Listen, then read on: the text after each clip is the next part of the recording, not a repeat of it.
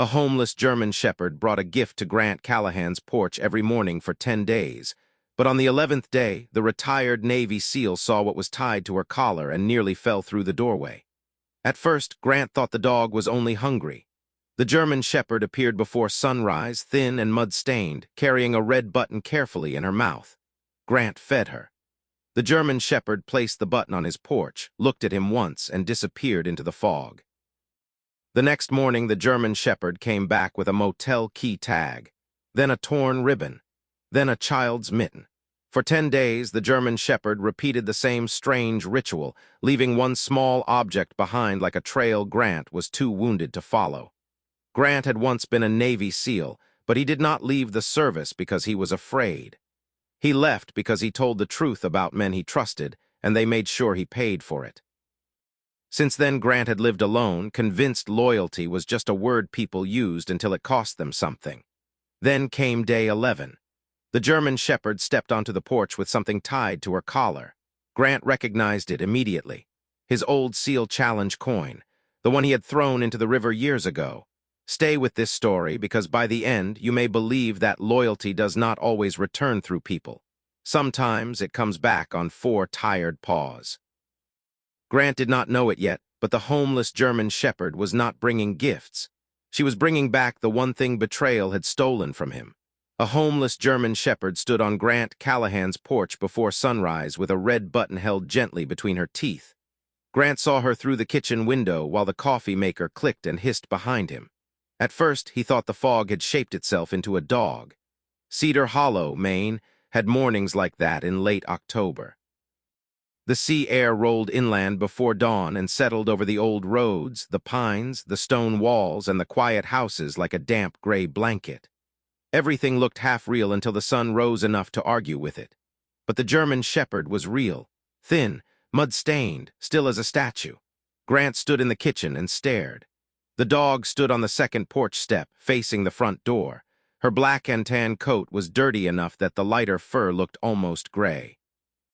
Her ribs did not show sharply, not yet, but her body had the hollow look of an animal living one bad week away from collapse.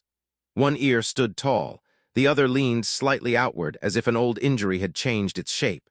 She did not bark, she did not scratch, she only held the red button. Grant set his coffee down. "No," he muttered. It was not a word for the dog, it was a word for the part of himself that had already started caring. He had built a life where nothing needed him before sunrise. No people knocking, no favors, no neighbors asking him to attend town meetings, charity breakfasts, veteran ceremonies, or any other place where someone might say the word hero with a straight face. Grant Callahan hated that word, hero. People used it when they did not want to know the cost of things. He walked to the front door and opened it halfway. Cold fog slipped into the house. The German shepherd did not move. Her amber eyes watched him carefully, not afraid exactly, not trusting either. She had the look of a dog who had learned the difference between a raised hand and an open one. Grant looked at the button. It was bright red plastic, cracked through one hole, the kind that might have come from a child's coat or an old cardigan. The German shepherd held it with surprising care as if it were not trash but an offering. "You lost?" Grant asked. The dog blinked. He knew better than to step toward her. A stray dog on a porch was not a problem if you let the dog choose the distance. The moment you forced things, fear made decisions for both of you. Grant crouched slowly. The German shepherd's ears shifted, but she stayed. "Easy," he said. "I'm not coming at you." The word easy sounded strange in his mouth. He had spent years giving orders. Clear, sharp, necessary, move, hold, stack, breach, cover, confirm. Easy had never been his natural language. The German shepherd lowered her head and placed the red button on the porch board. Then she pushed it forward with her nose. Grant stared. The fog moved behind her. Somewhere down the road, a gull cried. The German shepherd stepped back one pace as if making sure he understood the button was for him. Grant almost laughed, not because it was funny, because it was impossible. "What am I supposed to do with that?" The dog gave no answer. Grant looked at her ribs again, at the mud hardened around her legs, at the burrs caught in her fur. He sighed. "Wait here." He went inside, pulled open the pantry, and found a sealed pouch of chicken he had bought during a storm prep phase and never eaten. He tore it open, put some in a bowl, added warm water, and carried it back. The German shepherd had not moved. Grant placed the bowl halfway between them and backed up. The dog sniffed. Her hunger almost betrayed her. Her body leaned forward before caution stopped her. She looked at Grant again. He lifted both hands. "Your choice." She came slowly, one step, pause, another step, pause, then she lowered her head and ate, not greedily. That worried him. A dog that hungry should have swallowed like a wolf. This one ate carefully, stopping after every few bites to check the road, the porch, his hands, the doorway. Grant watched her. The button sat between them. After the bowl was empty, the German shepherd licked the last drops of broth from the wood. She looked at Grant once, then turned and walked down the porch steps into the fog. "Hey," Grant said. The German shepherd did not stop. Within seconds, the fog swallowed her. Grant stood there in the doorway with the empty bowl in his hand and the red button at his feet. He told himself it meant nothing. A stray dog had found food. She would move on. Dogs did that. People did that too. They came when they needed something, took what helped them survive, and disappeared before loyalty had a chance to cost them anything. Grant picked up the button. It was cold and wet. He should have thrown it away. Instead, he set it on the kitchen windowsill. That was the first mistake, or maybe the first mercy. The next morning, the German shepherd came back. This time, she brought a motel key tag. Grant was already awake when she appeared. He had been awake since 4:17, the same way he woke most mornings, eyes open before thought, body tense before memory. Old habits did not retire just because the uniform was gone. He heard one soft sound on the porch. Not a scratch, not a bark, just the click of claws on wood. Grant went to the window. There she was. The German shepherd stood in the same spot, mist curling around her legs. In her mouth hung a faded plastic motel key tag shaped like a diamond. The number had worn off, but part of a brass ring still clung to the hole at the top. Grant opened the door. "You again." The German shepherd placed the key tag on the porch beside yesterday's place. Then she sat, not fully relaxed, ready to leave, but sitting. Grant looked from the key tag to the dog. "You robbing junk drawers now?" Her tail moved once, just once. Against his better judgment, Grant smiled. It startled him. The smile felt rusty, like a hinge that had not moved in years. He brought food again. This time he added a small bowl of water. The German shepherd ate, drank, and left. No collar, no tag, no explanation. Grant told himself he should call animal control. That was the reasonable thing. But Cedar Hollow's animal control consisted of one overworked man named Pete who covered 4 towns and drove a truck that sounded like it was held together by prayer and duct tape. If Pete picked her up, she would end up in the county shelter, and a dog this cautious would not show well behind bars. Grant knew what happened to animals people could not read. They were called difficult, dangerous, unadoptable, words people used when patients became inconvenient, so he did not call. On the 3rd morning, the German shepherd brought a torn ribbon, blue with tiny white dots. On the 4th, a child's mitten, small, gray, wet from the fog. Grant held that one longer. He did not have children, never had. That was not tragedy. It was choice or timing or the kind of life that never left room for gentle things until it was too late to know what he would have done with them. Still, the mitten bothered him, not because it belonged to anyone he knew, because it did not belong on the porch of a man who lived alone at the end of a road. He looked at the German shepherd. "Where are you getting these?" The dog's ears lifted. Grant stepped down one porch step. The German shepherd immediately backed away. He stopped. "All right, not today." She watched him for 3 seconds, then vanished into the trees. By day 5, Grant had lined the objects on the kitchen windowsill. Red button, motel key tag, torn ribbon, child's mitten.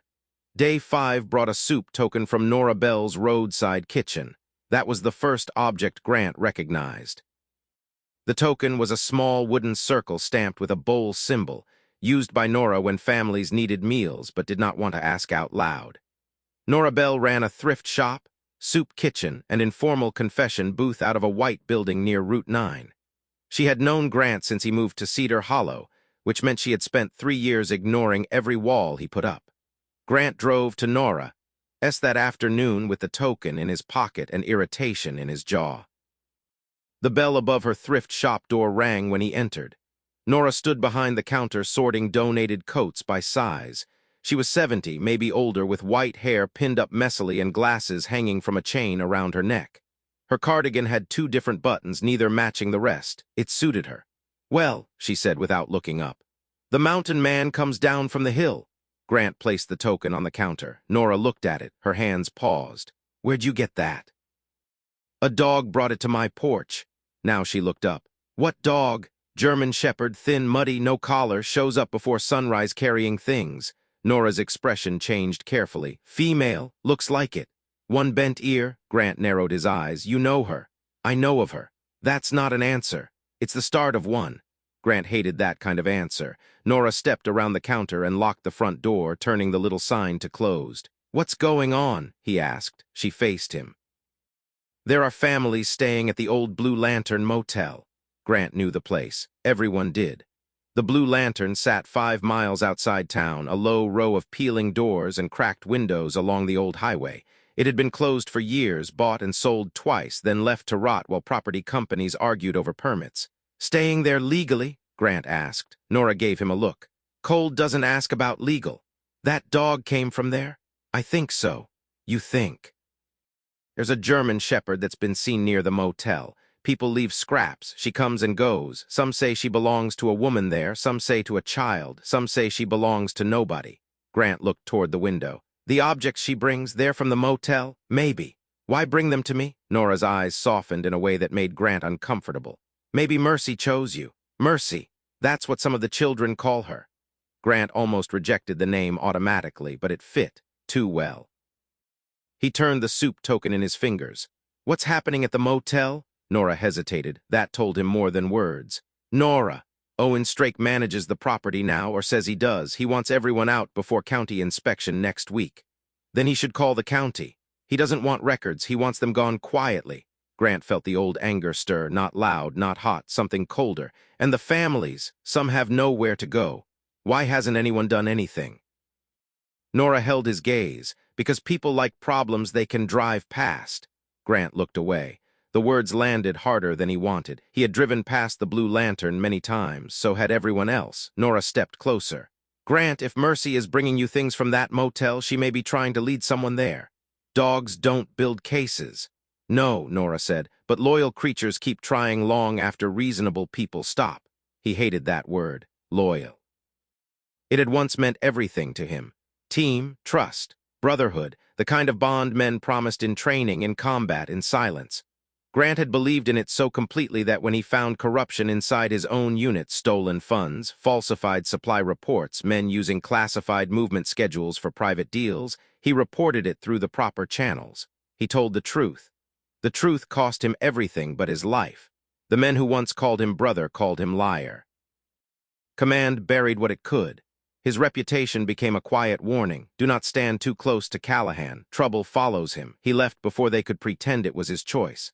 Since then, loyalty had been a word people used until honesty asked for a receipt.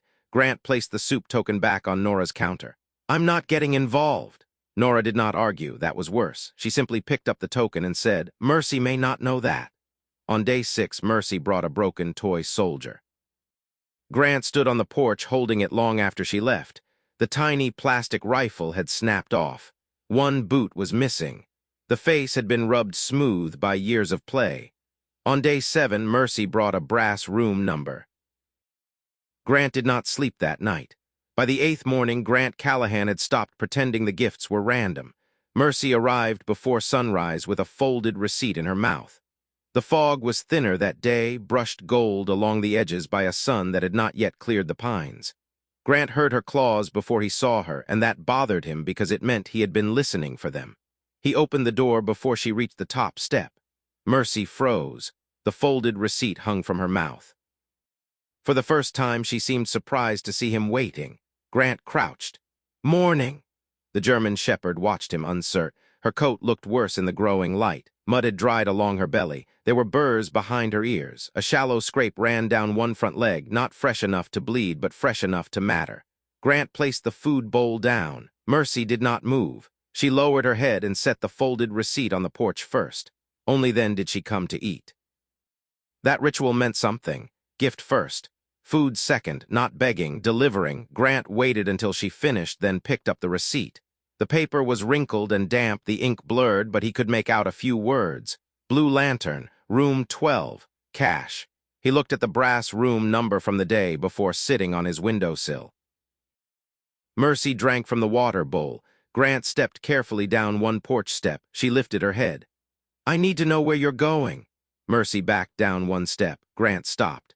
I won't chase. She stared at him. A foghorn sounded somewhere far off near the coast. The morning held still. Then Mercy turned and walked toward the dirt lane, slowly, not running. Grant's pulse changed. He grabbed his jacket from the hook by the door and followed. The German shepherd stayed 20 yards ahead of him, just far enough to make clear this was her choice. Every time Grant slowed, Mercy slowed. Every time he stopped, she looked back. The trail led past his mailbox, down the dirt lane, through a break in the stone wall, and into the woods that ran along the back of his property. Grant had not walked that way in months. He preferred roads, clear lines, open sight. Woods had too many angles, too many sounds layered over one another. But Mercy moved through them with purpose, slipping beneath low branches and around wet rocks, pausing only when Grant fell behind. The smell of pine and damp earth thickened. A mile in, they reached the river. Cedar Hollow River was narrow but fast, black water sliding between mossy stones. Grant stopped at the bank. Mercy stood near the edge. She looked at the water, then at him. No, Grant said. The German shepherd lowered her head and sniffed along the bank until she found what she wanted, a flat stone. A muddy patch, a place where paw prints had crossed. She stepped into the shallow edge and moved across stones with careful balance. Grant cursed under his breath, then followed. The water came over his boots in one place and nearly took his footing in another. Mercy waited on the far bank, tail low, eyes fixed on him. You do this every morning, he muttered when he reached her. Mercy turned and continued. Beyond the river, the woods thinned. The old highway appeared through the trees. And across it sat the Blue Lantern Motel. Even in daylight, the place looked ashamed of itself. The sign had once been blue neon, but only the metal frame remained, bent and rusted. The office windows were boarded. The motel rooms stretched in a long, low row, doors painted faded teal, numbers hanging crooked or missing entirely. Weeds grew through cracked asphalt. A few shopping carts sat near the back fence. Smoke rose faintly from somewhere behind the building. Grant crouched behind a pine.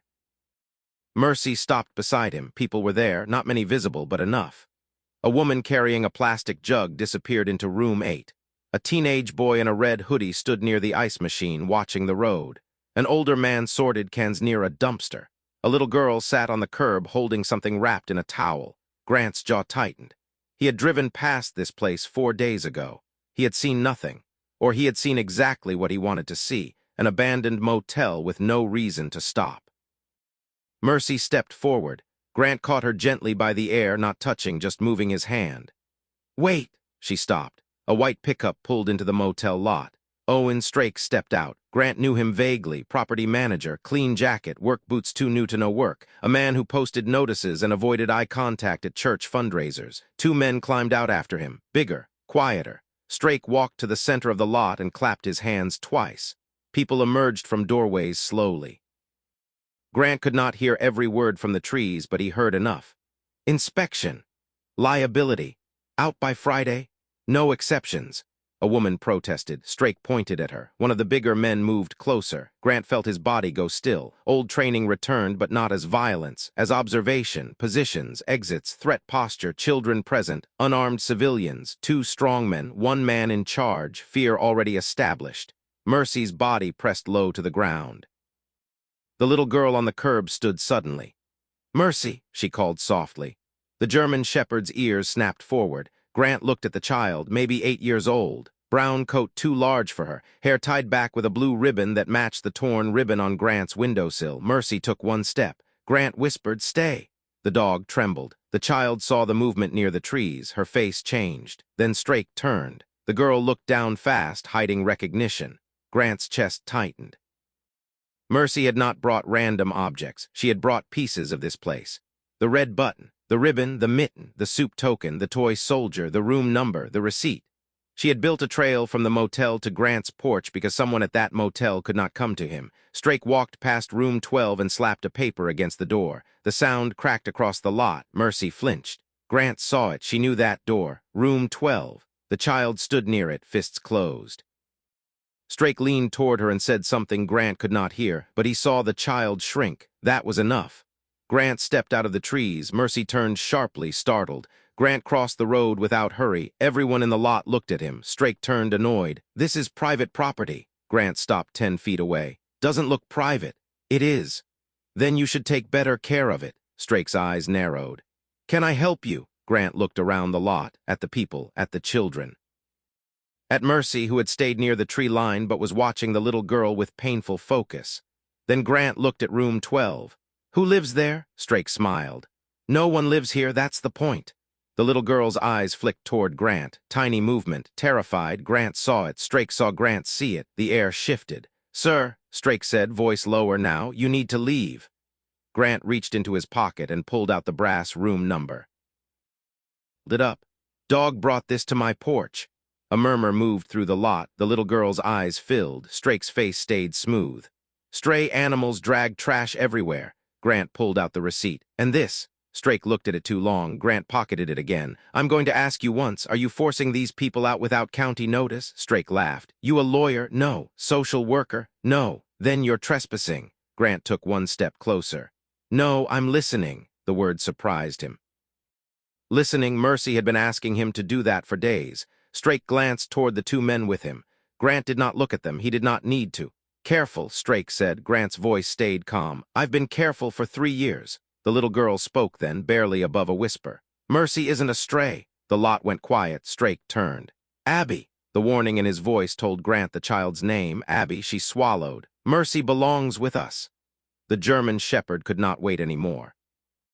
Mercy crossed the road and ran into the lot, not fast, not healthy, but determined. The little girl dropped to her knees and Mercy pushed into her arms. The whole motel seemed to breathe differently. Grant watched Abby bury her face in the German shepherd's dirty fur. That was loyalty, not a word, not a patch, not a coin. A dog crossing open ground because a child called her name. Strake's face hardened.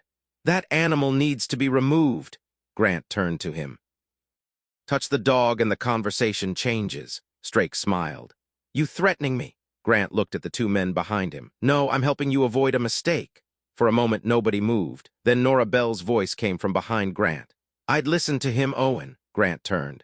Nora stood at the edge of the lot with 2 grocery bags in her hands and fury in her eyes. Behind her were 3 women from the soup kitchen and a man holding a camera phone. Strake's smile disappeared. Nora looked at Grant. "Took you long enough?" Grant looked back at Mercy and Abby. "Yeah," he said quietly. "It did." Grant Callahan thought the hard part would be confronting Owen Strake. He was wrong. The hard part came 20 minutes later when Mercy collapsed outside room 12. One moment the German shepherd was standing beside Abby, leaning into the little girl's hands while Nora Bell handed out soup containers and blankets from the back of her station wagon. The next, Mercy's legs folded beneath her. Abby screamed. Grant moved before the sound finished. He dropped beside the dog and placed one hand near Mercy's shoulder, not pressing, only feeling the terrible speed of her breathing. Her body was hotter than it should have been, heat trapped beneath mud and matted fur. The scrape on her front leg was worse up close. There was swelling near the joint. Nora knelt beside him. "Oh, Lord," Grant looked at her. "Vet. Dr. Phelps is 15 minutes away if he's at the clinic." "Call." Nora was already pulling out her phone. Abby crouched on the other side of Mercy, shaking. She was fine. Grant kept his voice low. She was holding herself together. "For what?" Grant looked at the line of objects in his mind. Button, key tag, ribbon, mitten, token, toy soldier, room number, receipt, and whatever else she had carried through woods, river, fog, and cold. "For you," he said. Abby's face crumpled. Strake stood near the office, arms folded, watching the scene like it was an inconvenience. His 2 men had backed off after Nora arrived with witnesses, but they had not left. Grant saw the calculation in Strake's eyes. A sick dog changed the mood. A sick dog made people emotional, distracted, disorganized. Men like Strake liked disorganized. Grant looked at Nora. "Where can we take her?" "Clinic if Phelps answers, my shop if he doesn't." Abby grabbed Mercy's fur gently. "No, he'll take our room if we leave." Grant looked toward room 12. The door hung crooked. The brass number was missing because Mercy had brought it to his porch. Inside, he could see 2 blankets, a duffel bag, a plastic bin of clothes, and a small backpack with a cartoon whale on it. Not much, but enough that losing it would matter. "Who's with you?" Grant asked. Abby's eyes flicked toward the room. "My mom." "Where is she?" "Working." "What time back?" "After dark." Grant looked at Nora. Nora's expression told him she knew the mother. Janelle, Nora said, cleans rooms at the C Road Inn. Takes any shift they give her. Strake walked closer. This is exactly why the site needs to be cleared. Animals, unsupervised minors, unsafe occupation. Grant stood. Strake stopped. The old Grant would have used anger. The trained Grant used quiet. You talk too much when you're nervous. Strake's jaw tightened. You don't know anything about this property. I know you're trying to scare people off before inspection. I'm enforcing safety. Grant looked at Mercy lying in the dirt. Safety doesn't need two hired men. Nora ended the call. Phelps is coming here. Grant nodded. Abby kept stroking Mercy's head. She came back every morning, Abby whispered. Even when I told her not to. Grant crouched again. To my porch, Abby nodded. How did she know me? The girl hesitated. Then she reached into the pocket of her oversized coat and pulled out a small object, a broken compass. Grant recognized it from day 9, though he had not yet told Nora about that one. Mercy had brought it the morning before the brass number, its needle stuck uselessly between north and west. I found this near the river, Abby said. Mercy kept smelling it, then she ran across. I followed her once, but she made me go back. Grant took the compass. It was old military issue, not his, but familiar. Why send Mercy? Abby looked embarrassed. Because adults don't listen to kids here. No one spoke for a moment. Nora looked away. Grant felt that sentence settle somewhere deep. Adults don't listen. He had told himself he wanted nothing to do with people because people used loyalty as a weapon. But maybe he had also stopped listening before anyone could ask him to care. Mercy had not. Mercy listened to hunger, footsteps, quiet crying, missing room numbers, fear behind motel doors. Mercy had no authority, no money, no paperwork, no promise that anyone would help. So the German shepherd carried proof one small piece at a time. Dr. Phelps arrived in an old van with peeling paint and a medical bag that looked older than Grant. He was a thin man with tired eyes and no patience for crowds. Back up, he said before greeting anyone. People obeyed. He examined Mercy on the cracked pavement, his hands gentle but efficient. Fever, infection in the leg, dehydration, underfed. He checked her gums and listened to her chest. She's been pushing too hard. Abby whispered, can you fix her? Dr. Phelps looked at her, then at Mercy. I can help. Fixing is up to her. Grant liked him for not lying. Phelps gave fluids under the skin, cleaned the wound, administered antibiotics, and wrapped Mercy's leg. The German shepherd barely reacted except when Abby started crying. Then Mercy lifted her head weakly and tried to lick the girl's hand. Nora made a sound like a prayer. Grant stood and turned away, not because he was unmoved, because he was. Strake used the moment. He stepped toward room 12 with one of his men. Grant saw him from the corner of his eye. Where are you going? Strake held up a key ring. Inspecting, Abby shot up. No, Grant moved across the lot and reached the door before Strake. Not without the tenant. There are no tenants. Then who are you evicting? Strake's face changed, a small slip. Nora, standing nearby, heard it too. Grant looked at her. Did you get that? The man with the camera phone nodded. I did. Strake's eyes flashed. This is harassment. Nora said, no, Owen, this is community. People began stepping out of rooms. Room 5, room 7, room 9, room 14, not many, but enough. A man with a cane, a mother holding a toddler, a teenager in work boots, an old woman wrapped in 2 coats. Fear kept them quiet, but their presence spoke. Grant looked at them and felt something he had not expected. Shame, not crushing, not useless. The kind that points toward action. He had spent years believing he was done paying for other people's corruption. He had told the truth once and been punished. That should have been enough, but maybe truth was not a single act. Maybe it was a muscle. If you stopped using it, it weakened. Mercy had used hers every morning. Grant turned to Abby. Where did Mercy find the coin? Abby looked confused. What coin? The thing she brings tomorrow. Nora frowned. Tomorrow. Grant looked at Mercy. The German shepherd's eyes were half closed, but her ears moved toward his voice. He did not know how he knew there was one more gift. He just did. The pattern had not finished. 10 days, day 11, something waited. Strake's phone buzzed. He answered, turned away, and spoke low. Grant watched his face. The property manager was not angry now. He was afraid. When he ended the call, Strake looked toward the back of the motel, then toward Mercy, then toward Grant. Enjoy your little rescue scene, he said. Inspection moves up tomorrow morning. Anyone still here gets removed. Nora snapped. You can't move an inspection overnight. Strake smiled. Watch me. He walked to his pickup. His men followed. As they drove out, Mercy lifted her head weakly and gave one low growl. Grant looked at the back of the motel. "What's behind there?" Abby wiped her face. "Storage rooms, old laundry, the river path." Grant's stomach tightened. The river, the place he had thrown away his SEAL Challenge coin 3 years earlier. He had stood on a bridge in the rain after learning his old team had destroyed the last chance of clearing his name. He took the coin they gave him after his final deployment, the coin that once meant brotherhood, and threw it into the water because he could not bear the lie of it in his pocket. No one had seen. No one knew. No one except the river, and maybe a dog who followed trails no one else noticed. That night, Grant did not go home. He stayed at the motel with Nora, Dr. Phelps, Abby, and Mercy. Room 12 became a small clinic. Mercy slept on blankets near the heater Nora brought. Abby sat beside her until she fell asleep with one hand on the German shepherd's shoulder. Grant sat outside the door in a metal chair facing the parking lot. People tried to thank him. He did not know what to do with that, so he nodded and kept watch. Near midnight, Nora brought him coffee. "You're good at this," she said. "Sitting, staying." Grant looked across the dark lot. "I used to be." Nora sat beside him. "You still are." He almost laughed. "My team would disagree."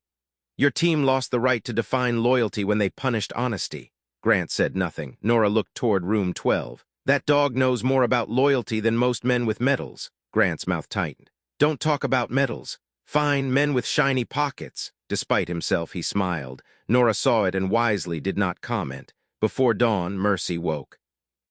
Grant heard Abby whisper her name. Then the German shepherd stood, weak, shaking, but determined. Grant stepped into room 12. "Mercy!" The dog looked at him. Abby sat up, frightened. "She's doing it again." Mercy limped to the door. Dr. Phelps would have stopped her. Nora would have tried. Abby started crying. Grant understood none of them could stop this. Not because Mercy was strong, because the mission was not complete. He opened the door. Mercy stepped into the gray morning. Around her neck, tied with a strip of blue ribbon Abby had placed there days ago, hung something muddy and round. Grant's body went cold. He knew before he touched it. His old SEAL Challenge coin, the one he had thrown into the river. Attached to it was a motel key tag. Room 3. Grant whispered, "What did you find?" Mercy turned toward the back of the motel, then collapsed. The challenge coin lay in Grant Callahan's palm, muddy, scratched, and impossible. For 3 years, that coin had been at the bottom of the Cedar Hollow River. At least that was what Grant believed. He remembered the night clearly because betrayal had a way of carving details into a man. Rain, bridge rail slick under his hand, headlights passing behind him, the coin heavy in his fist. He had not thrown it in anger. Anger would have been cleaner. He had thrown it away because the coin had become unbearable. A SEAL Challenge coin was supposed to mean trust, brotherhood, shared burden. Men who would not leave one another behind. But the men who gave him that coin had left him alone the moment truth became inconvenient. They had lied in statements, closed ranks, watched his name rot, and called it preserving the team. So Grant threw the coin into the river and decided loyalty was only real until it had a price. Now Mercy had brought it back, tied to a room 3 key tag. The German shepherd lay on the cracked pavement at his feet, breathing hard, leg bandaged, body trembling from the effort of one final delivery. Abby dropped beside her. "Mercy, no, please." Grant closed his hand around the coin. Every person in the motel lot seemed to wait for him to decide what kind of man he was going to be. Nora stood near room 12, coat pulled tight around her, eyes fixed on the key tag. "Room 3 has been locked for months," she said. Grant looked up. "Why?" "Strake said it was unsafe, mold, broken floor, nobody allowed in." Abby shook her head. "Mercy goes near it sometimes. She scratches at the back." Grant turned toward room 3. The door sat near the far end of the motel row, half hidden behind an old soda machine and a stack of broken pallets. Its window was covered from the inside. The number 3 hung crooked beside the frame. Mercy lifted her head. Her eyes found Grant, not begging, asking. He had seen that look before. In men waiting for an order, in honest people waiting to know if truth would have company, Grant stood. "Stay with her." Abby grabbed his sleeve. "Don't let him take her." Grant looked down at the little girl. "I won't." He walked toward room 3. Nora followed. So did Dr. Phelps, Sheriff Deputy Luis Ortega, who had arrived after Nora called all night, and 3 motel residents who had decided fear was less frightening in a group. Grant reached the door. The key tag around the coin had no key, only the number. Ortega tried the handle, locked. Need a warrant, Ortega said. Grant looked at him. People may be in danger. Grant. From behind them came Owen Strake's voice. They turned. Strake had arrived in his white pickup, clean jacket zipped, hair combed, face controlled. Behind him came 2 county vehicles and a woman with a clipboard. The inspection moved up just as he threatened. Strake saw the group by room 3. His expression flickered. Only once, but Grant caught it. Step away from that door, Strake said. Deputy Ortega moved forward. Mr. Strake, why is this room locked? Unsafe. What's inside? Storage. Grant held up the coin and key tag. Dog brought this from behind your motel. Strake looked at the coin. His face changed again, this time more. You have no right to touch property evidence. Grant's voice stayed calm. Funny how you always call things evidence before anyone else does. The county inspector, a woman in a gray coat, looked from Strake to the door. I was told all occupied rooms were on the east side. They are, Strake said quickly. Nora stepped forward. And you told the county this site was empty last month. That was accurate then. No, it was, people began speaking, softly at first. Then louder, families from the rooms, names, dates, threats, cash payments, no receipts, promises of temporary shelter, warnings not to tell anyone. Strake's face hardened with every word. The inspector stared at him. Deputy Ortega reached for his radio. Strake snapped. This is coordinated harassment. Mercy barked. Everyone turned. The German shepherd had stood again. Abby tried to hold her back, but Mercy limped toward room 3, each step painful, each breath visible in the cold air. Grant moved toward her. Mercy, stop! The German shepherd ignored him. She reached the door and pressed her nose to the bottom crack. Then she whined, not fear. Recognition, Dr. Phelps muttered. There's something in there. Deputy Ortega looked at the inspector. The inspector looked at the door. Open it, she said to Strake. He smiled tightly. I don't have that key with me. Grant looked at his right hand. Challenge coin, key tag, room 3. Then he looked at the old soda machine beside the door. Mercy had been scratching at the back, Abby said. Grant moved the pallets aside and stepped behind the soda machine. There, taped beneath the rusted metal base, was a small magnetic key box. Strake moved fast, too fast. Grant caught his wrist before he reached it. The whole lot went silent. Grant looked into Strake's eyes. You knew. Strake tried to pull back. Grant did not tighten his grip. He did not need to. Deputy Ortega took over, guiding Strake back. Grant opened the magnetic box. Inside was a key. The inspector nodded. Open it. Deputy Ortega unlocked room 3. The smell came out first. Damp carpet, old dust, mildew, and fear. Grant stepped inside. The room was dark because the window had been covered with black plastic from the inside. Ortega lifted the plastic and pale morning light poured in. The room was not empty. There were boxes stacked against one wall, paper files, plastic bins, blankets, several bags of donated clothes, and in the back corner behind a fallen mattress was a narrow interior door leading to an old maintenance space. A sound came from behind it. A dog's whimper. Mercy pushed past Grant with a strength no one expected. She limped to the maintenance door and scratched once. Grant opened it. Inside the cramped space, curled together on a pile of torn towels, were 3 German shepherd puppies. Abby cried out. Mercy stepped inside and touched each puppy with her nose. 1, 2, 3, all alive, thin, cold, but alive. The little girl fell to her knees. She had babies. Dr. Phelps entered quickly. Everybody back. Give me room. Grant stood frozen. Mercy had not been bringing gifts only to save the motel families. She had been leaving the puppies. Every morning she had crossed the river, reached his porch, delivered a clue, eaten enough to keep moving, and gone back to guard them. But why his porch? Why his coin? The answer came from the boxes. Nora opened one and went pale. Grant! Inside were donations from her soup kitchen and thrift shop. Blankets, tokens, receipts, children's coats. All items meant for families who needed them. Strake had stored them here, hidden them, maybe to sell later, maybe to keep the families desperate, maybe because cruelty often wore the mask of control.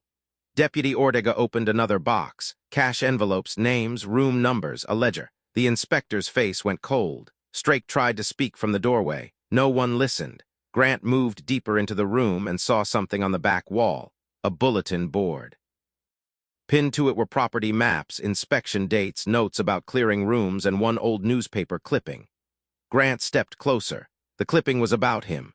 Former Navy SEAL Grant Callahan resigns amid internal misconduct inquiry. The headline had been written to wound without accusing. The kind of sentence that left dirt on a man without naming the source. Nora saw it too. Why would he have that? Grant turned slowly toward Strake. Strake's face had gone pale. Grant understood. You knew who I was. Strake said nothing. You knew Mercy was going to my porch. No answer. Nora whispered, Owen. Grant stepped toward him. Why? Strake's mouth tightened. Because men like you don't get involved anymore. The words landed with terrible precision. Strake continued, desperate now. I knew your story. Everyone knows. You kept to yourself, never came to meetings, never answered calls. I figured if the dog bothered anyone, better you than someone who would make noise. Grant stared at him. The insult was not that Strake thought he was broken. The insult was that he had been right. For 10 days, Mercy brought him proof. For 10 days, he stayed mostly behind his door. Mercy had more faith in him than he had in himself. Abby's voice broke through. Mr. Grant, he turned. She was holding one of the puppies in a towel while Mercy lay beside the others, exhausted beyond movement. Can you help them? Grant looked at Mercy, then at the families outside, then at the coin in his palm. The old one, the one he thought the river had taken. No, he said softly. Abby's face fell. Grant knelt beside Mercy and placed his hand near the German shepherd's head. We helped them. By noon, the Blue Lantern Motel had become the kind of place Cedar Hollow could no longer ignore. Sheriff's vehicles blocked the entrance. The county inspector had called her supervisor. Nora Bell had called 3 churches, 2 reporters, 1 retired judge, and every woman in town who owned a casserole dish and a strong opinion. Blankets arrived first, then food, then portable heaters, then people. The same people who had driven past the motel for months now pulled into the cracked lot with bags, boxes, and faces full of guilt they did not know where to put. Grant did not care about their guilt. Not yet. He cared about Mercy. Dr. Phelps had moved the German shepherd and her 3 puppies into room 12, the warmest room they could make safe. Mercy lay on clean blankets while her puppies rooted against her belly. She was too exhausted to lift her head for long, but every time one of the puppies squeaked, her ears moved. Abby sat beside her, one hand resting on Mercy's shoulder. Grant stood near the door, arms folded, watching the parking lot.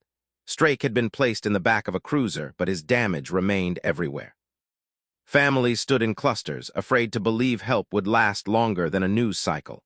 The county inspector spoke into her phone with clipped anger. Deputy Ortega carried boxes from room 3. Nora sorted donated coats with military efficiency, which was impressive considering she had never worn a uniform and considered bossing people a spiritual gift. Grant should have felt useful. Instead, he felt late. That was the trouble with finally seeing a thing.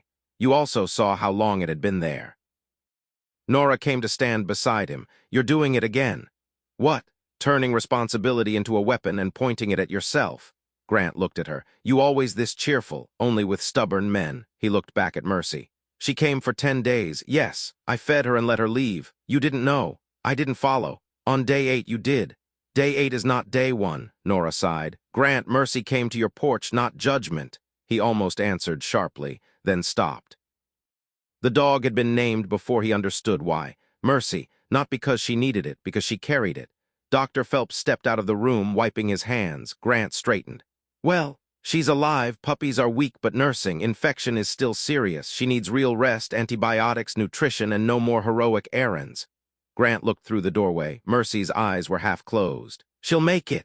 Phelps did not answer fast enough. Grant understood. Abby did too. The little girl looked up from the blankets. Dr. Phelps? The vet's face softened. I'm going to do everything I can. Abby began crying silently. Mercy, barely able to move, lifted her head and licked Abby's wrist. Grant turned away again. This time Nora did not tease him. A sheriff's SUV pulled in. Sheriff Elaine Porter stepped out. She was in her early 50s, small but hard-eyed, with silver-streaked hair and the calm of someone who had ended many arguments by simply arriving. She spoke with Deputy Ortega, then approached Grant. Callahan? Yes, I'm Sheriff Porter. I understand you found the concealed room. Mercy found it. The dog, the German shepherd. Porter looked toward room 12. Right. Grant recognized her type. Facts first, emotion later, if at all. She took out a notebook. I need your statement. You'll have it. Now would be ideal. After Mercy is stable. Porter looked at him for a moment. You understand this is an active investigation. Yes, you understand your involvement matters. Yes. And you understand refusing to provide information helps Strake. Grant's jaw tightened. Nora quietly stepped away, wise enough to avoid the blast radius. Porter waited. Grant looked at room 12, then at the cruiser holding Strake, then at the families. He had been in this place before, not a motel, a different kind of room, a table, questions, men with clean uniforms asking him to soften his statement. To consider the reputation of the team, to remember loyalty, to not hand ammunition to outsiders, to wait until the timing was better. Truth, they told him, needed management. Grant told the truth anyway, then watched truth get managed into a weapon pointed back at him. Sheriff Porter seemed to read enough of his face to lower her voice. I know what happened to you. No, Grant said. You know what was printed. I know you reported corruption. His eyes shifted to her. I know you paid for it, she continued. And I know men who profit from silence count on people like you getting tired. Grant said nothing. Porter closed her notebook. So don't be tired today. That reached him, not gently, but cleanly. He gave his statement, everything, day 1 through day 11, the gifts, the trail, the bridge, the coin, room 3, the puppies, Strake's words. Porter wrote quickly, asking precise questions, but never pushing him to make the story smaller than it was. When they finished, Grant felt drained in a way he had not expected. Porter tucked the notebook away. Thank you, he almost laughed. Those words had become hard to trust too, but from her they sounded plain, useful, true. A commotion rose near the motel office. Strake's attorney had arrived. Of course he had. The man wore a charcoal coat and carried a leather folder. He spoke to Sheriff Porter, then to the inspector, then turned toward the families with the practiced concern of someone billing by the hour. Grant watched him point toward the rooms. Nora appeared beside Grant again. That man smells like polished lies. Grant glanced at her. You always this poetic. I read. The attorney approached room 12. Grant stepped into his path. No, the attorney smiled. I'm sorry. No, I need to inspect alleged animal conditions connected to my client's property. Veterinarian is inside. I represent the property manager. Grant looked at the attorney's polished shoes. Then manage yourself away from the door. The smile faded. Sheriff Porter called from behind him. Mr. Vale, step back. The attorney turned. Sheriff Porter walked over slowly. Evidence collection happens through my office. You don't enter occupied rooms. You don't question minors. You don't touch animals. You don't talk to witnesses without counsel present. Do we understand each other? The attorney adjusted his cuff. Sheriff, I believe. No, Porter said. Do we understand each other? A pause. Yes, good.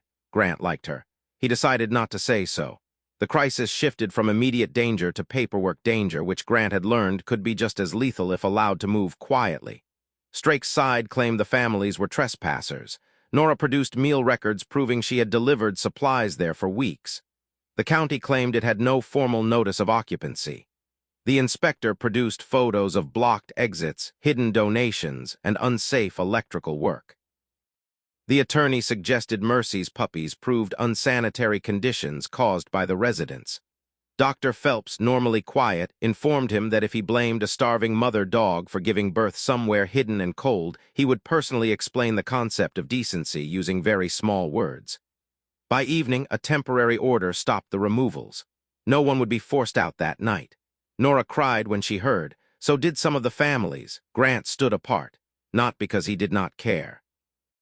Because hope made people reach for each other, and Grant had forgotten what to do when hands were open. Abby came to him near sunset. Mercy slept behind her in room 12. The puppies were tucked in a laundry basket with warm towels while Dr. Phelps cleaned bedding. Abby held out the challenge coin. Grant looked at it. You keep it, she said. It's mine. I know. Then why would you keep it? Abby shrugged. Because Mercy brought it to you. Grant took the coin slowly. The mud had been wiped away. Scratches marked both sides. The old emblem was worn but visible. For years, the coin had meant betrayal. Now it meant a dog crossing a river until loyalty found its way back. Grant closed his hand around it. Thank you, Abby nodded solemnly. Are you going to leave? The question hit harder than it should have. Grant looked toward the motel rooms, the families, Nora bossing volunteers, Porter speaking with deputies, Dr. Phelps moving in and out of room 12. Then he looked at Mercy. The German shepherd opened her eyes as if she had heard the question. Grant answered the dog, not the child. No. That night he stayed, not on the edge this time, not in a chair outside the door. He stayed inside room 12, sitting on the floor near Mercy and her puppies while Abby slept curled in a blanket nearby. Around 2 a.m., Mercy woke and struggled to lift her head. Grant placed his hand near her. "I'm here." The German shepherd looked at him. Her eyes were tired but calm. Grant took the challenge coin from his pocket and set it beside her paw. "I threw this away because I thought loyalty was dead." Mercy blinked. He gave a quiet laugh. "Yeah, dramatic." The puppies made tiny sleeping sounds. Grant's voice lowered. "You carried it back. You carried everything back." Mercy's paw moved. It touched the coin, not guarding it, returning it. Grant felt something inside him loosen, not healed, not fixed, but loosened enough for breath. By the third day, Cedar Hollow had stopped calling Mercy a stray. People called her the porch dog, the river dog, the motel shepherd. Abby called her my girl. Grant called her Mercy, and somehow that became the name everyone used. The story spread faster than anyone expected, not because of Grant. He refused interviews, photos, and anything that smelled like public praise. But Nora Bell had no such weakness. She spoke to a local reporter with the careful precision of a woman who knew exactly which truths needed sunlight. By the end of the week, Owen Strake was under investigation for illegal evictions, withholding donated supplies, unsafe housing practices, cash exploitation, and obstruction. The property company tried to distance itself from him, which only made Sheriff Porter dig harder. The Blue Lantern Motel was declared unsafe, but not in the way Strake wanted. No one was thrown into the cold. The county, shamed into motion, opened temporary shelter space in the old community center. Churches provided meals. A local contractor offered repairs for emergency housing. Nora organized clothing by size, then reorganized it when everyone did it wrong. Mercy and her puppies moved to Grant's house, temporarily. That was what Grant said. Nora laughed for almost a full minute when he said it. Mercy arrived in the back of Dr. Phelps's van on a gray afternoon. Abby rode beside her, holding the laundry basket of puppies like it contained treasure. Grant had prepared the front room. He would never admit how much. Old rug removed, clean blankets laid near the stove, bowls set out, a baby gate borrowed from Nora, towels stacked, medicine schedule written in block letters on a notepad, 3 different brands of puppy-safe food because Dr. Phelps had said any would work and Grant did not trust any. Mercy limped through the doorway and stopped. Grant held his breath. For 10 days she had come to this porch but never entered. The house had been a place she visited, not a place she trusted. Abby knelt beside her. "It's okay, girl." Mercy sniffed the threshold, then stepped inside. Grant did not realize he had been waiting for that until it happened. The puppies were placed near the stove. Mercy checked each one carefully. 1, 2, 3.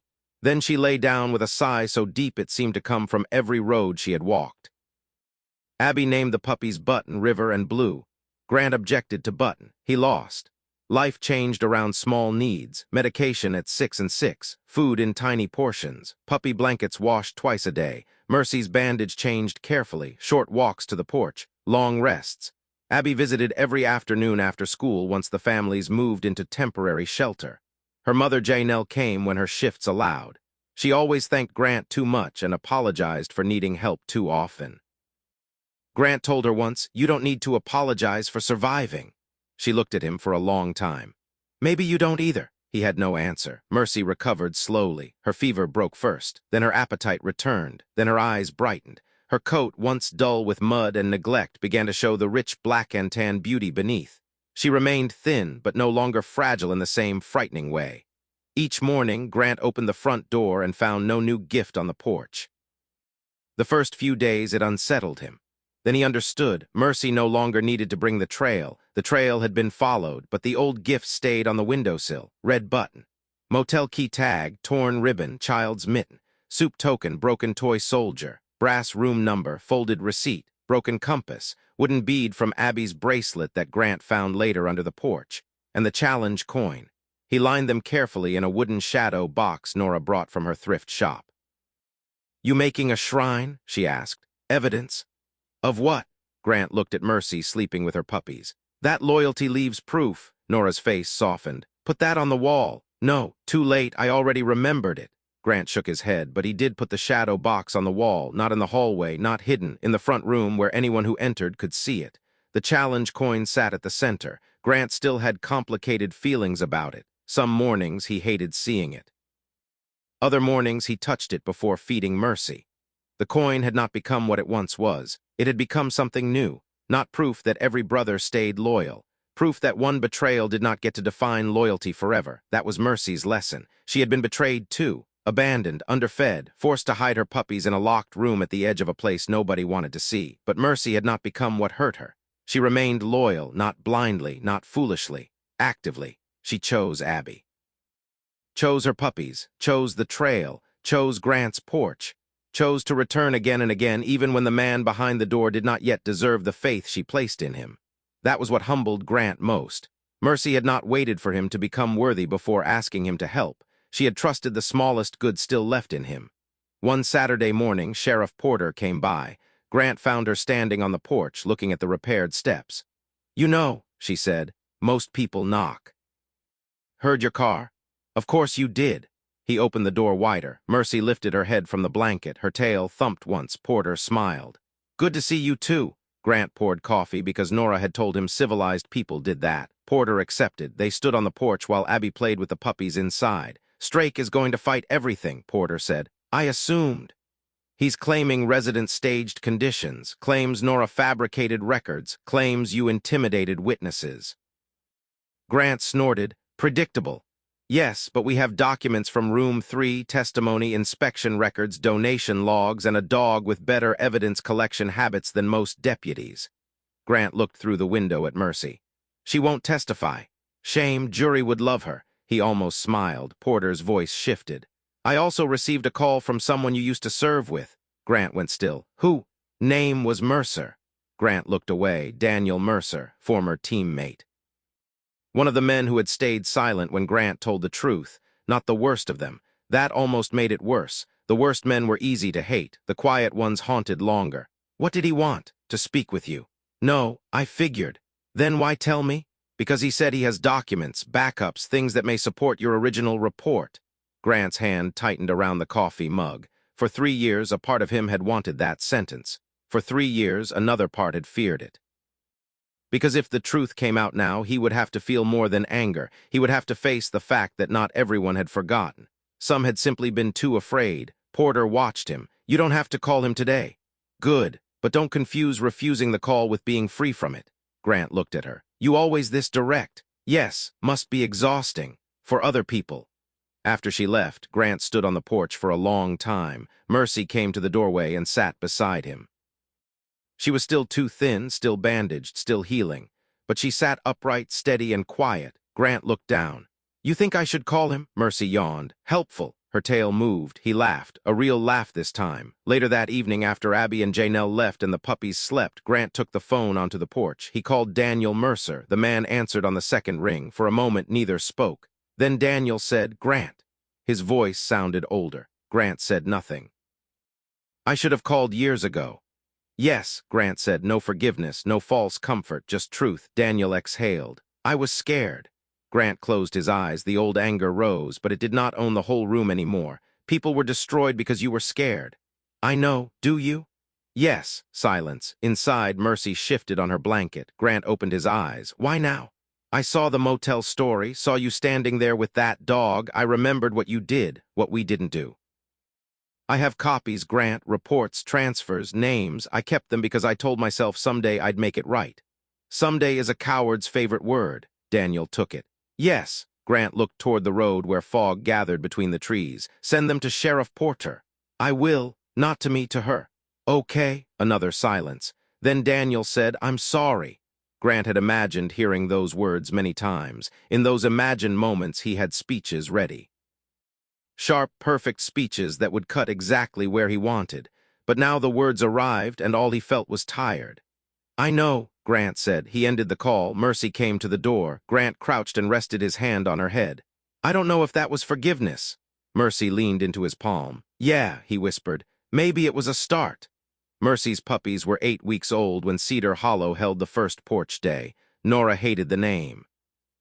She had wanted something dramatic like Mercy's March or the 11 Gifts Drive.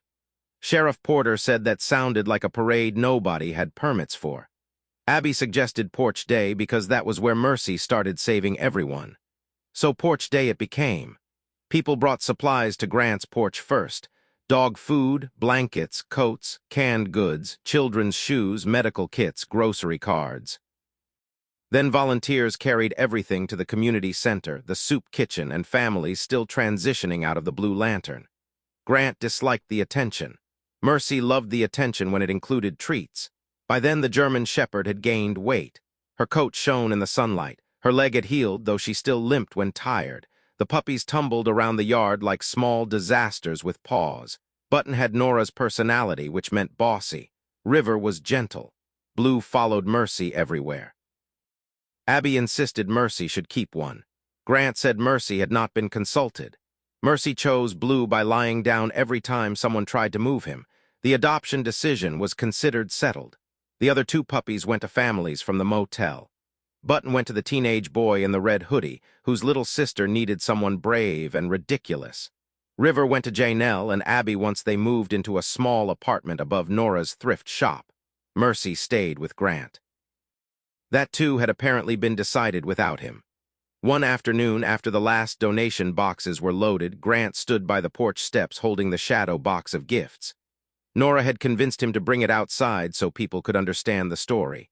Red button, motel key tag, torn ribbon, child's mitten, soup token, toy soldier, room number, receipt, compass, blue bead, challenge coin, 11 small objects, 11 mornings, 1 trail. A boy from town asked, "Did the dog really bring all that?" Grant looked at Mercy lying in the grass with Blue climbing over her back. "She did." "Why?" Grant thought about it. The easy answer was food. The better answer was Abby. The truest answer was harder, because she knew someone had to listen. The boy nodded as if that made perfect sense. Maybe to children it did. Adults spent years making simple things complicated. Later, Sheriff Porter arrived with an envelope. Grant knew from her face that it mattered. They stepped away from the crowd. "Daniel Mercer sent everything," she said. Grant looked toward the field. "And it's enough to reopen the case."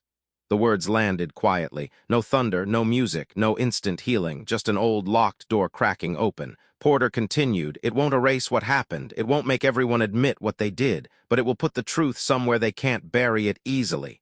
Grant nodded. For years, he had imagined vindication as fire.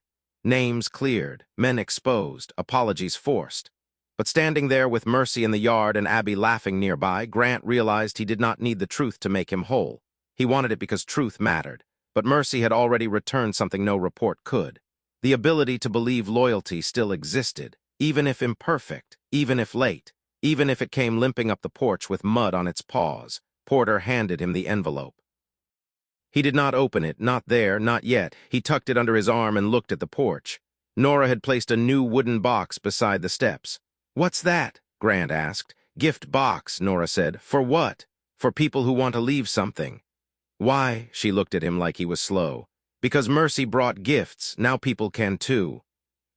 By evening, the box held a pair of baby socks, a thank you note, a small toy truck, 3 soup tokens, a handmade bracelet, and a folded church bulletin with a prayer written inside. Grant stood over it for a long time. People had brought objects because words were sometimes too large. Mercy had known that first. At sunset, Abby came up the steps with River on a leash. She held something in her hand. "I made this for Mercy," she said. It was a new collar tag, round, simple. "Mercy loyalty finds a way," Grant read it once. Then again, his throat tightened. Abby looked worried. "Is it okay?" Grant crouched. "It's perfect." They placed the tag on Mercy's collar together. The German Shepherd stood patiently, as if she had been decorated for service and found humans very slow about it. When the tag clipped into place, it caught the last light. Grant touched the old challenge coin in his pocket. For the first time in 3 years, he did not hate its weight. That night after everyone left, Grant sat on the porch with Mercy at his feet and Blue asleep in a basket beside the door. The donation box remained on the step, full of small offerings. The fog began to roll in from the coast. Mercy lifted her head. Somewhere far off, a dog barked. Grant looked down the road. He no longer saw only emptiness. He saw paths, people, problems, reasons to answer the door. Nora had left him a note on the kitchen table before leaving. Not all missions wear uniforms. He had pretended not to be moved. He was moved. Mercy rested her chin on his boot. Grant leaned back and let the quiet settle around them. It was not the old quiet. The old quiet had been a wall. This quiet had room in it. Room for a dog's breathing, a puppy's dream sounds, a neighbor's car passing, a phone call he might answer tomorrow, a truth that might finally be spoken. Grant looked at Mercy. "You brought me a lot of trouble." The German shepherd's tail moved once. "You proud of yourself?" Another tail thump. He smiled. "Good." The next morning, Grant woke before sunrise. Habit. But this time, when he opened his eyes, he did not feel the old dread waiting at the edge of the bed. He heard Mercy downstairs, a soft click of claws, a puppy yawn, the house alive. Grant went down to the kitchen, coffee first, then food for Mercy, then food for Blue. Then he opened the front door. No German shepherd stood outside with a gift. Mercy stood inside beside him. That was the difference. She did not need to knock anymore. She was home. On the porch inside Nora's wooden box, someone had left one new object during the night. A small brass key. No note, no name. Grant picked it up. Mercy's ears lifted. Blue barked once from behind them. Grant looked down the road as morning fog moved between the trees. He did not know what the key opened. A storage unit. A motel room. A memory. A life. But for the first time in years, not knowing did not make him close the door. Grant looked at Mercy. "All right," he said. "Let's see where this one leads." The German shepherd stepped onto the porch beside him. Together they walked into the morning. Outro CTA plus blessing. A homeless German shepherd came to a retired Navy SEAL's porch with a red button in her mouth, and for 10 days Grant Callahan thought he was feeding a stray. But Mercy was never asking only for food. She was building a trail. One gift at a time. A ribbon, a mitten, a motel key tag, a room number, a broken compass. And finally, the challenge coin Grant had thrown away when betrayal convinced him loyalty was dead. Mercy brought that coin back because dogs understand something people often forget. What has been thrown away is not always worthless. Sometimes it is only waiting for the right heart to pick it up again. Grant thought loyalty had failed him, and in many ways it had. Men he trusted chose silence. Friends stepped back. Truth became lonely. He built a life around never needing anyone again because needing people had once cost him everything. Then Mercy came, thin, mud-stained, exhausted, still loyal, not because anyone rewarded her for it, not because loyalty was easy, but because Abby needed her. Her puppies needed her. The families at the Blue Lantern needed someone to notice. And maybe in a way only God fully understands, Grant needed her too. By the end, Mercy did not just save a child, a family, or 3 hidden puppies. Mercy saved the part of Grant that still wanted to believe goodness could return. That loyalty could be real. That truth, even when buried, could still find its way back to the porch. So if this story touched your heart, share it with someone who feels tired of trusting. Sometimes the world gives us reasons to close the door, but sometimes hope comes quietly, carrying a small gift in its mouth. And tell us in the comments, has a dog ever helped you believe in people again? Subscribe for more stories of loyalty, rescue, faith, and second chances. Until the next story, may God bless you, guard your home, and send mercy to your doorstep when you need it most.